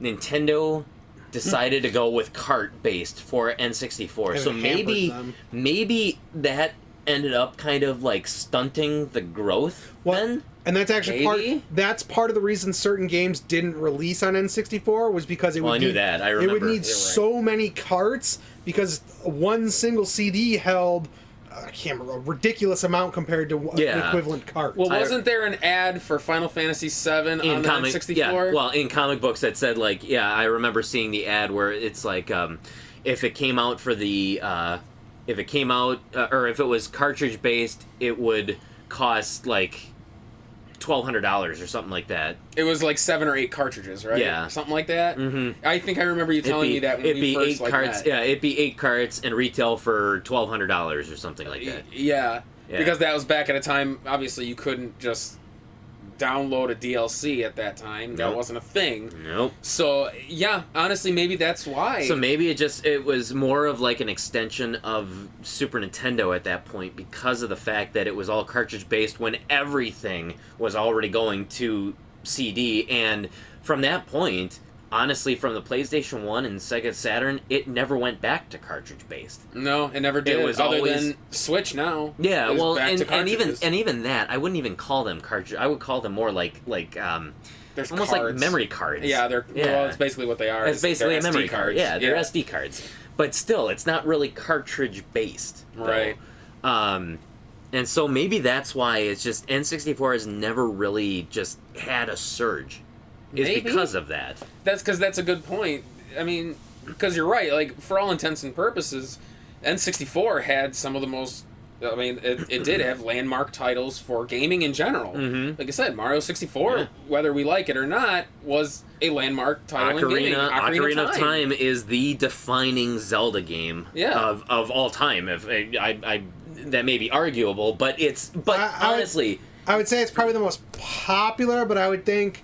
It basically just built on what Link to the Past did. It did, but it was still at the time. It was in 3D. It was defining, and everybody for the next several Zeldas after that always kept going back to Ocarina of Time.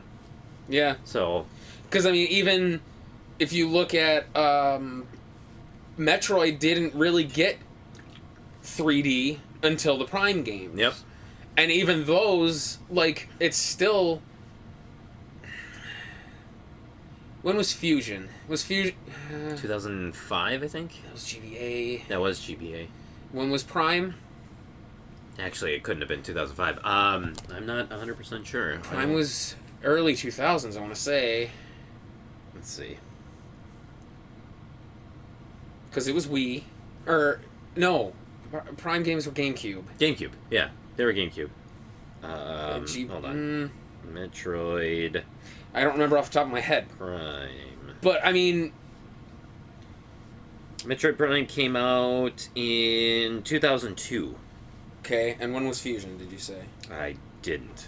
Metroid. I didn't. Well, I thought it was like 2005, but it probably was not that late. Maybe it wasn't. It was 2002 as well. So it was the same? Wait a minute. Really? Metroid Fusion, initial release date November 18th, 2002. Metroid Prime, November 17th, 2002. They were almost released simultaneously. I didn't know that. Prime and Fusion were together. Yeah.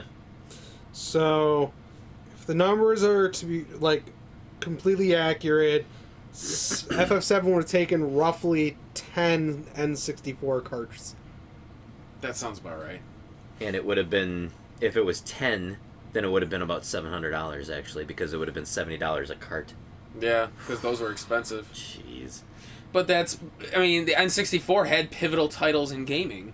Mm-hmm. So you'd think, naturally, there would be some games that are... Now, I don't know if those numbers are truly accurate, because I'm not going to deep dive into it yet. But... Yeah. But, I mean, that's... I don't know. That's a weird... the N64 must just be that weird anomaly. It just, yeah. That just...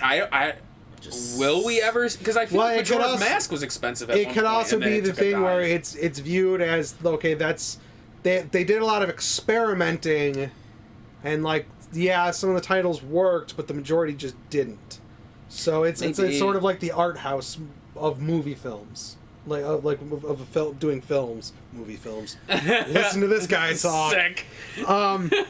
But it could be like, yeah, it's viewed more as the art house thing, where it was like, yeah, they tried, they were doing interesting stuff, but it just doesn't have the same thing as going to a major studio over here. I feel like that was what like a lot of the PS1 library was, or that age in general was a lot of, what the fuck can we do with this? Yeah. You know what I mean? Well, but then the PS1 had a higher capability because CDs were so much cheaper, not only to produce but so much more storage. I mean, Majora's Mask cart only at $52.48 today. I mean, but that's not outlandish. That's not outlandish from where it was before. And Ocarina of Time is actually like $34 card only. Which is even cheaper. Yeah. So it's like, I don't think it's really hit that, it hasn't hit that stride, and it's just, I don't know. That's weird. But, I mean, God, now I'm, like, baffled. Because now that I'm thinking about it, it's like, I can't explain it. Well, and because I'm thinking of everything that, like, holds like a dear spot in my heart with N64. And the majority of what I'm thinking of is sitting down with a group of friends, playing GoldenEye, playing Mario Kart, playing like the 4-player game, and Smash sitting there Bros. and doing. Well, see, I didn't do that until like. We used to do that in the orchestra room. They used to hook up their N64 and play Smash Bros. Unless, you know what's funny is that people can't necessarily go back to those games because they look like honestly, shit. if you have tried to play 007 today, oh yeah, it's weird. Those games are almost unplayable because they're so Streets hard. 112, baby. They're so hard to like distinguish things. It's crazy. Which is why that era's hard in general to go back to. Mm-hmm. Which is kind of what we were. Well, yeah, that era's difficult. We had Vanderhoff and I had a small discussion on how we feel the golden age for RPGs. A lot of people view like the SNES as like that was the golden age of RPGs. You had Chrono Trigger, the Final Fantasy games. You had Secret of Mana, Secret of Evermore. You know, all these fantastic titles. I think PS1, PS2 still beat it. And you know what? Vanderhoff and I agree. Like, we think the PS1 and PS2 was when RPGs hit their golden age. I will take Xenogears over every single RPG on the Super Nintendo. Oh, yeah. I think, hands down. I mean, I would take PS1 RPGs over them as well. You could literally offer me every RPG on Super or Xenogears to play for the rest of my life. I'll take Xenogears. It's a much better story. I think gameplay is better. Yeah, the ending was rushed and it's not complete, but it's still... something about it feels better. Mm-hmm. Sorry, I could never do without Super Mario RPG. And that's kind of where I was like I was thinking about Paul but over you're here. Weird. No. So it's like you have those, but then you go to like PS1. I will say, even take out PS2. Just say PS1 in general. Yeah. You have the 3 Final Fantasy games. You have Final Fantasy Tactics. You have. I mean, how technically Chrono Trigger and stuff is on PS1. You've got Wild Arms, Wild Arms 1 and 2. Well, and all 4, 2 Breath of Fire games, which you have the first 2 on Super Nintendo. Yep. Mm-hmm. You have, I mean, Saga Frontier. Thousand Arms, Vagrant Story. You have, Tactics. I mean, Vanguard Bandits. Oh. I mean, Tactics alone pioneered a genre. Valkyrie Profile. Yeah, so I mean... It's a lot of RPGs on that system. It almost seems like blasphemy when you talk to people who love retro games because they view Super Nintendo as the grandfathers of the RPG genre. Honestly, PS1, I think, beats them out. Well, I'll say this. Like, Super Nintendo definitely did help define a lot of the tropes that were used in the PS1 era. Yeah. But even then, I'd argue that, like, a lot of the tropes from the Super Nintendo, even NES stuff, based on all the fantasy books that they ripped it all from. No, of course. I mean, Lord of the Rings is still one of the most influential pieces of fantasy fiction, and rarely you'll ever hear anyone who's a fan of high fantasy say that anything surpasses it, just because of how it's built. It's basically the foundation for like everything that comes after. He's right. And I don't like Lord of the Rings. I know. But you know what's funny is that I still feel like. How I would classify it is that I think the grandfather of RPGs, it started in the NES. Well, you had Final Fantasy, you had I'd say Dragon it's the Warrior. great-grandfather. No, but it's the grandfather. Super Nintendo in that age, I would call the golden age. Yes, because there were... No. I'm not. Because there were a lot of great things on the system. You had Earthbound, you had Super Mario RPG, you had Final Fantasy 2 and 3, you had both Breath of Fire Breath of Fire games. There was one more I was gonna Chrono Trigger, Secret of Mana, Secret of Evermore. You had so many great RPGs and action RPGs, and PlayStation does have and it could arguably be better, which is why I would say that you could call the PlayStation era that's the Silver Age, because it still is. You can't say that the Super Nintendo is the Silver Age, and then that means that that the PlayStation is the Golden Age, because it doesn't.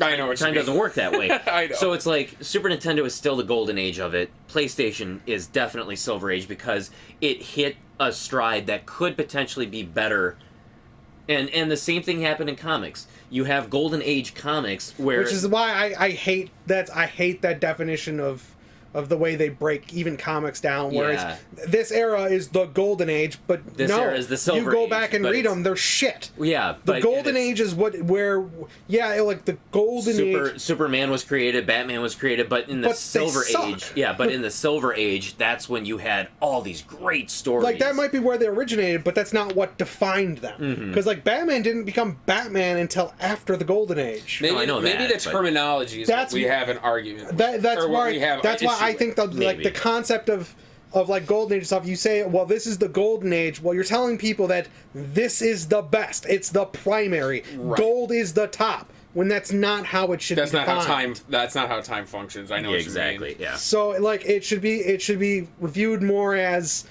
NES is the foundation. The height. Yeah. Super Nintendo is the wall. Or like the mortar, however you want to look at it. And then like PS1 is the roof and like everything built from there. It's not necessarily like this is the pinnacle, because it's not. Mm-hmm. Right. And that's why like I think the terminology, that's why especially with like cinema, I hate it. Gold, that's not like the Golden Age is viewed as like somewhere between like the 30s and 50s, I think. In comic books, it's like 30s through that's 50s, not the golden and like golden oldies for music. It's sorry, but that's not the golden stuff. It's not. It just isn't. It might be for a certain generation, but you can't blanket generations like that, and that's the part of the problem. Maybe I think people need to refer to it more as when there was more influence, and when more titles. Or more of something shot things into prominence. That's why I think better descriptors need to be picked. Yes. The PS1, I would say, launched RPGs into prominence. Yeah. Where, I mean, there were a hell of a lot of them on the SNES. There were great ones and on Genesis the SNES, on those, but... and Nintendo, but I think PS1, and to a lesser degree the Saturn, really shot RPGs through the roof. Because, like we said, you have made them some of the most influential FF7 became RPGs like the most known RPG for how long? I said RPGesus. That's fine. It's really good. Yeah, thanks, guys. I'm glad I called myself out on it like a fucking idiot. Dude, I said movie films, so you're okay. All right, cool. 1 for 1, baby. No, but like, like if you ask people like. Usually, when you ask RPGs, most often it's either Chrono Trigger or Final Fantasy VII. Those are like the defining ones. So like that's why I think better descriptors need to be figured out for how to label the stuff, because like I said, labeling one thing like Golden Age or like Diamond or something like that, you're giving the impression of this is the best, and it's just. Yeah, that makes a lot more sense. Where it's I should not have said that the Super Nintendo's Golden Age and like I think it's just a descriptor thing. I think it's trying to find the vocabulary that works without giving the wrong impression. Yeah. And that's really, really hard to try to find. Gotcha. That's a good point. Yeah, that's a good point. Because I will say, like a lot of the stuff on the PS1 built off of what Super Nintendo games did. Of course, and that could be another factor of hardware. Like, and then like.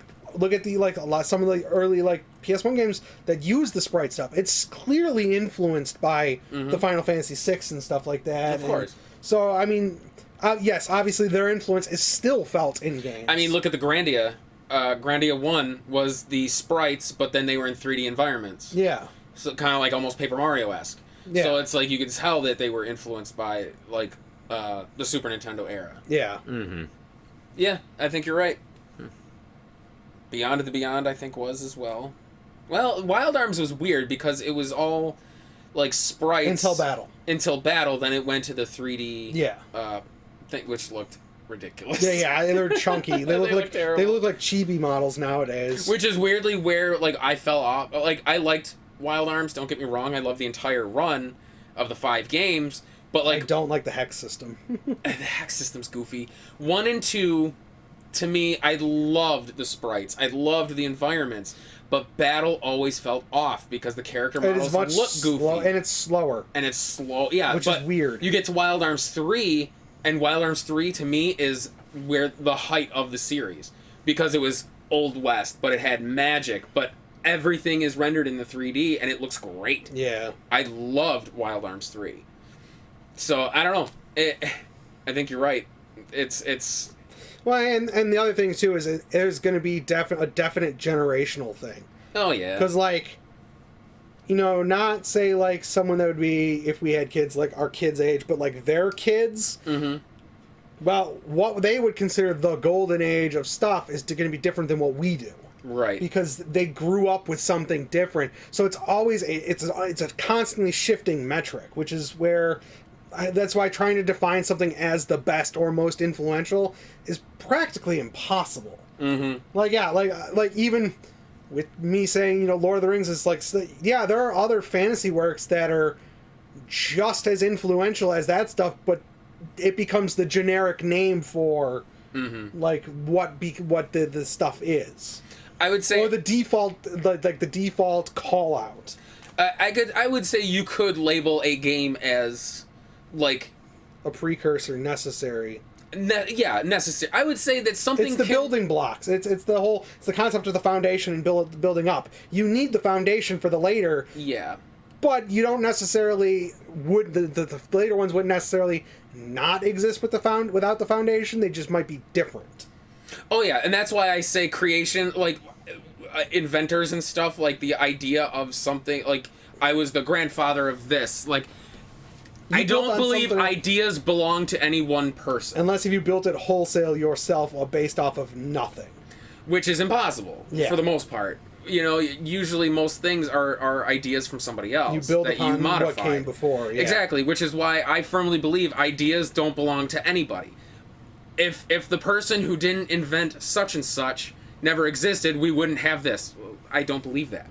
I believe we would have something like it, but it wouldn't be that. Like, it might not saying the Beatles created rock and roll, or whatever. The amount of time and its presentation might have changed. Yeah. But I think certain things are an inevitability of creativity. Progress. They're just the presentation, the look, the sound might not be the same, but there are certain metrics that will always be hit. Like progress doesn't stop. It does not stop. Yeah. Which is like when people say, "Oh, how can you like such a like you said? How can I like fantasy without liking Lord of the Rings? The basically the progenitor of the genre." Well, if it wasn't Lord of the Rings, it'd be something else. Yeah. So it's like the fact that somebody can be labeled as the creator of something. Well, you are, I suppose, but that doesn't mean that it wouldn't exist without you. Yeah. And it would just be different. It would be something else, but it would still something would fill that spot no matter what. Right. It's like the whole taking like a jar, filling it with marbles, and then being like, "Well, is it full?" No, I could pour sand in there and fill in the cracks. Right. Well, fill it up. Is it still full? No, I can still pour water, and the water will sift through. Mm-hmm. So it's something will always inevitably be in that spot. It just might. The path things would take would change. Like the idea of what is it? Muses is essentially the whole concept of a muse. Something that sparks that inspiration. Yeah. Where the inspiration is you didn't create it, something else helped you formulate it. And I kind of think like even in gaming that kind of thing exists. Movies, games, and music, you can definitely see it. Absolutely. I think like those are the types of mediums. Yeah, I suppose you can see it in books and stuff too, but like I think those are the biggest mediums where film especially. I mean, look at guys like Tarantino. Mm-hmm. Kill Bill is nothing but like a love letter to all the like Asian samurai and kung fu movies that he loved watching. Like there are scenes where it's wholesale. Just if I swap out the characters that were in this movie with his, it's the same scene. Mm-hmm. Quite literally the same scene. Which is and that's funny to me because speaking of like love letters and stuff, I just got done playing Bug Fables for the Switch. Yeah. Which is basically it's Paper Mario for all intents and purposes. But they didn't have rights to Mario. Exactly. It's a rip-off Paper Mario because it literally plays just like it. Mm-hmm. Even down to like the countdown bar for using your moves. Like you could pick up Thousand Year Door and then play and literally know how to play Bug Look Fables. at any of the number of Metroidvania games, any of the Souls style From Software games that have now spread beyond anything. Look at the Battle Royale genre that's currently booming. So it's just funny to me when like Yeah. If one person's not credited for it, inevitably something else would build towards something. To say something would not exist without someone doesn't make sense to me. Yeah. Or, you know, that whole concept eludes me. I guess I just don't believe in that. How did this topic come up? I don't know. I was just thinking about that. Honestly, I have no idea. Where did this come from? Paul got lost. He's in his phone. He's like, I am because I have nothing for this conversation. Because I have nothing for the conversation. I have no idea when it turned, and I'm just like, I think I started this conversation, but I didn't bring it here. It's like you basically said a sentence, dropped the mic, and walked out and let us squabble. Yeah. He started it. We made it something better. And I'm just like, and I'm looking at my phone, and I'm like, wait a minute.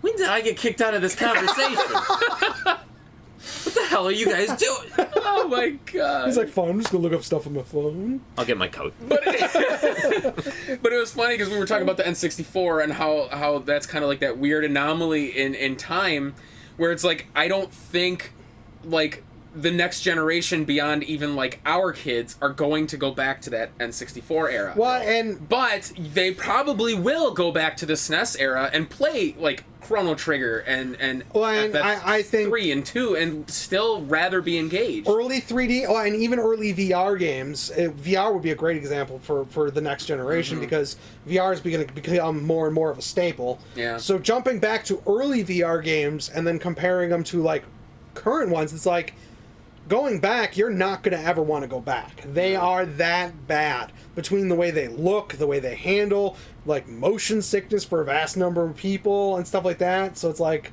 Which is why it's kind of surprises me, like, if you really think about it, once the FF7 remake is fully done, like, I have a feeling there's going to be a generation that identifies FF7 with that remake. Yeah. They'll probably never go back to the PS1 FF7. It'd be very jarring. But it amazes me even now that people do. Like, they play the FF7 remake and they're like, dude, this is making me nostalgic for 7. And they, like, there are kids who have never played 7. My niece finally decided to play FF7 after seeing the remake, and she loves it. But it's, I mean, bad graphics and all. Oh, of course, yeah. But that's a testament to how pivotal that game really was. See, and that's another thing with certain early games like that is, I wonder... going back, if bad translations will also be off-putting at some point. See, I think that's half of the charm, though. That is the charm. Just like that damn pizza. Even though I was right the whole time and everybody says I was a fucking idiot, he was calling it a pizza. Fuck you guys. He was calling what a pizza? He's calling Midgar. The plate, the opening scene when he's... or not opening scene, but like the scene when they're leaving after they had just got done blowing up the reactor. He talks about that damn pizza, but most people thought it was like a... colloquialism, like that damn piece of. Oh. But he says pizza, and it's spelled Pizza. I always just thought he was calling the plate itself a big pizza. Pizza, yeah. And everyone says, Andy, you're an idiot. He's talking. He's saying that dumb piece of. Well, because it's There's not... no voice acting, well, and so... the part of the problem, too, is, like, the translation in that game is absolute garbage. It really That's is. not what he's talking about in the original stuff. But so in the remake... he calls it a pizza! Yeah. A pizza to pie! And I love it! I stood up and I applauded! I was like, yeah, motherfucker! It's funny because it became so associated with it that when they were remaking it, they were like, we kind of have to keep that reference in now. Which is why... Where it helped define it, which is weird. Bad translation, I think, even has its place in history. A winner is you. Like all your base are belong to us. Yeah, the one I was going to go to. Yeah. X-Men, welcome to die. Like, I almost feel like those bad translations kind of attribute to the charm of the game. So it's like, I feel like people... What is this? That's just What camp. is this? That's camp. Yeah, but that was supposed to be bad. So it's... You were almost a Jill sandwich. I forgot that was a thing. Oh, thanks, Barry. God. Oh, Lord. But I don't know. I feel like there are certain games that no matter how far we get, PS6, PS7, there are going to be some generations that still can go back to NES. Super Nintendo, Genesis, and still find entertainment out of those games. Well, I wonder. You know, I also wonder what the cutoff point will be for going so far back that even jumping back to Atari, they just feel so stilted and terrible in control. I wonder what that cutoff point will be at some point where trying to go back and play N64, PS1, it's just not doable because the way they handle. That's a good thought. Yeah, that's true. There are a lot of PS1 games there are that some really PS2 handle like games trash. where like the camera is just trash. Going back and trying to play them, no, I'm done. Once the camera starts going wonky, I'm out. I don't care anymore. Well, a lot of people feel that way about Resident Evil when you try to play the first 3 or The tank controls? 4, I guess. Yeah, because you consider Veronica. Yeah, the tank. Not only the tank controls, but you have the static camera shot. Mm-hmm. Like a lot of people are so used to the over the shoulder from 4, 5, and 6 that trying to play the other. It's other weird because jarring. if you go back and actually play RE4, it still technically has tank controls. Yeah, I suppose it kind of does. But it's not a fixed camera anymore. No. Because holding up makes him walk up, holding back makes him walk back. Right. They are still tank controls, but they're just more refined compared to the static cam style.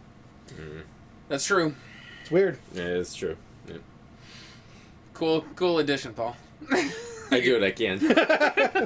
He still got his coat on. He's zipping up. Barry, you're alive.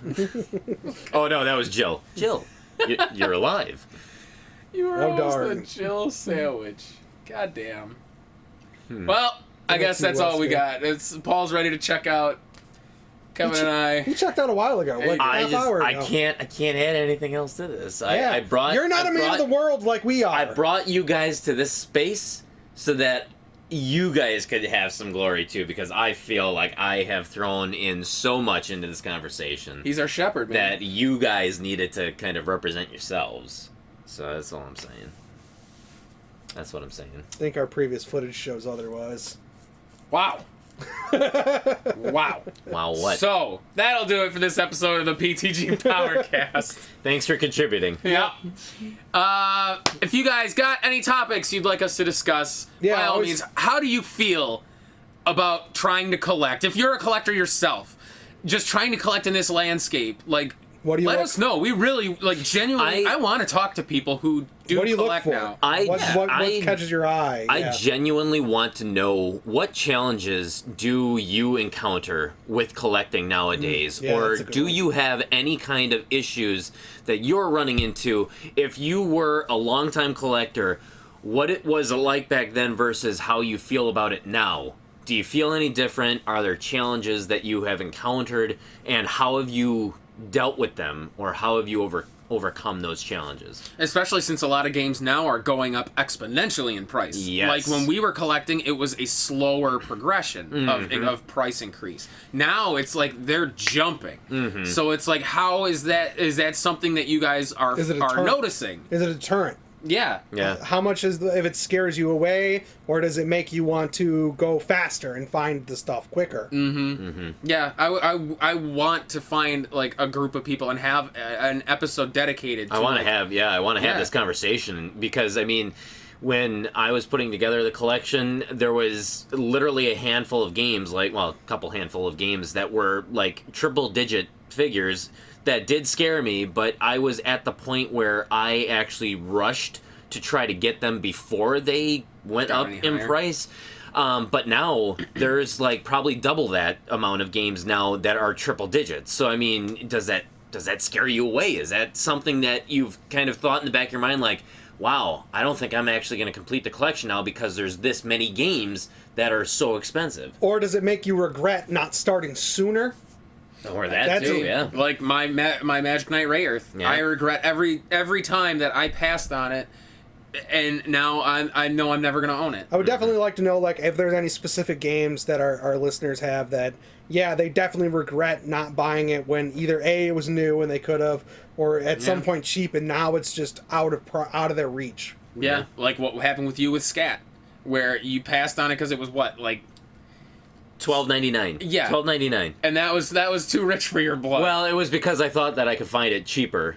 Little did I know that was actually a rarer game, and but unlike you with Magic Knight Ray Earth, Scat never reached. I found it again, and I just had to pay about $52 versus the $12.99. So, but and then on the other part of our conversation, what do you think or feel is the most influential system that for you specifically, or that you feel was in gaming? Like we said, for RPGs, the most influential, I feel like, was PS1. That's where RPGs kind of hit their stride. Yep. And it's started with a few, footsteps in the SNES, and then went off to a full-blown sprint. Definitely, on the PS1. I have nothing but the PlayStation 1 to thank for survival horror, because honestly, even though it was around before that, you had so many damn good games of survival horror like Resident Evil and Silent Hill and Clock Tower that really started on the PlayStation. Fatal Frame was PS2, wasn't it? PS2 is also for like action games. Yeah, God of War, Devil May Cry, stuff like that. Yep. Chaos Legion. I would say even pushing first-person shooters further too, stuff like Time Splitters. Oh, Halo, Xbox. For Xbox, Call of Duty. Yeah. I mean, it feels like every console builds a genre, if that makes sense. Yeah. But anyway, that'll do it for this. Hit us up on Facebook. Hit us up on Twitter. Go to powertripgaming.tv. Takes you directly to this channel, which is ours. Would be ours, because if you're listening to this on iTunes, you're not on a channel. Are you feeling okay? I feel fucking great. Oh, okay, good. He's slipping. I'm not slipping. You're slipping. I'm on a couch. You're a towel. Yes, takes you directly to the channel where you can watch our NES Quest, where we are plowing our way through the North American licensed collection of NES games. As well as our side quests and... Catch my pizza! Oh, That's an inside joke no one's gonna get. Except us. And I love it. There you go. iTunes or Stitcher if you're watching this on YouTube. Yep, search out the PTGPowercast. That's right. Yep. That'll do it. So that will do it. So next time on the PTGPowercast... You are listening with power! Because they weren't I don't listening. know why you said next time. Because they weren't listening with power this time, was right? building up for you to say, give us topics. We already did. You literally just ruined it. Thank No, you ruined it. No, we I never. did We have I will never solve this. ended. I wanted the glory of saying it once. I will solve this. You both ruined it. Shut up. It's over. Fine, He's got Dad. He's got a good point. This is my house. I'll do what I want. If I want to ruin the ending, I'll ruin the ending all I want. It's fine. I want to say next time on Power Trip. I'll say next time on Power Trip. I paid a bill, right? I walk down my basement stairs. It's my house. This is my house. I'll walk around my underwear. I'll walk around in my underwear. Why does your dad all of a sudden have a southern accent? I don't know. I don't know. That's why I'm laughing so much. It's just, I don't know, dude. Because Power Trip. That's why. Power Trip Gaming. I hope they listen to it and be like, you're idiots. I wonder. I don't think your dad remembers doing what he did. I'm gonna remind him. But yeah, but just let him know. He's still scarred. I personally will never ever forget It was that. such a good story. I will never ever forget I that. don't either, because I bring it up all the damn time. It's our go-to joke. I love you, Dad. Kill it.